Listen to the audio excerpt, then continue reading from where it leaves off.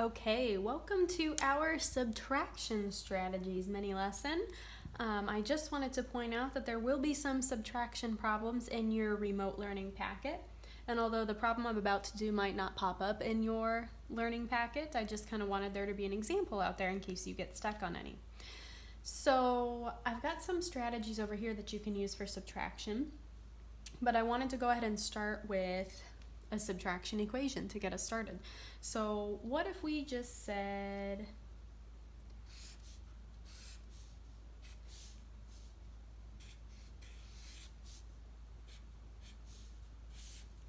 (11 minus 5 equals something. So I want to find out 11 minus 5 equals something. Now, another way to say this would be 11 take away 5 equals something. I think the easiest way to solve subtraction problems for me is drawing a picture, because in order for me to draw a picture, I have to put this maybe in the context of like a word problem. So let's say I've got 11 minus 5, okay? 11 minus 5 equals something. Maybe I have 11 Jolly Ranchers, okay? And then let's say my husband eats 5 of them. I want to know how many I have left, right? So like I said in my addition video, or if you haven't watched that, like I will say in my addition video, just because I'm talking about Jolly Ranchers doesn't mean that I have to make these pictures super detailed, right?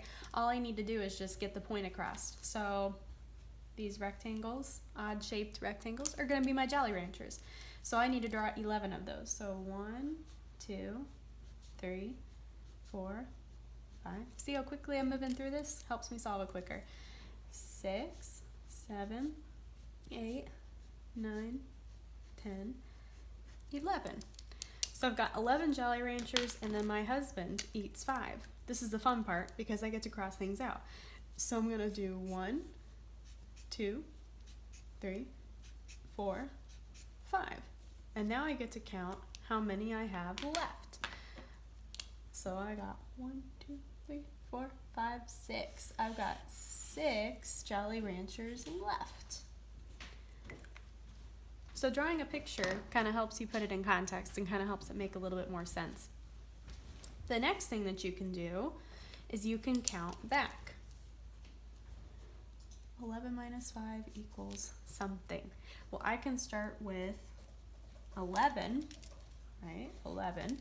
Remember, I'm not going to count 11 when I'm counting back 5 times. I'm just going to start 11, and then I'm going to go, I think I'm going to go ahead and draw 5 blanks. 1, 2, 3, 4, 5.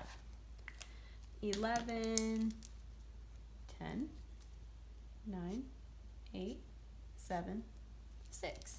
And on that 5th space, I have 6. 11 minus 5 equals 6. And in a similar way, I could go ahead and draw a number line and do 0, 1, 2, 3, 4, 5, 6, 7, 8, 9, 10, 11. I'm going to start with my 11, and I'm going to count back 6 spaces. So I'll use a different color. I'll go 1, 2, 3, 4, 5, 6. Oh, actually, I just used a fact family. I knew the answer was 6, so I went back 6 spaces, and I got 5, right? Which will go into our next one. But if I had stopped on this, that would have been 1, 2, 3, 4, 5, and I would have landed on 6.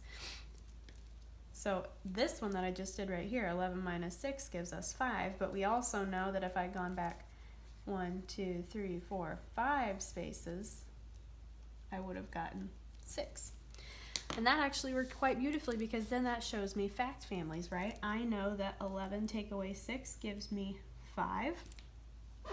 And if I know that, I also know I can switch these two subtrends around and say 11 minus 5 equals 6. And if I know these subtraction equations, that's like the hardest part. I know that I can add numbers together to make 6 plus 5 equals 11. I can flip these two factors around and do 5 plus 6 equals 11. So these are all different ways. Are these the only ways that you can solve a subtraction problem? Definitely not, but I feel like these are ways that might make it a little bit easier, and they're ways that we've definitely talked about.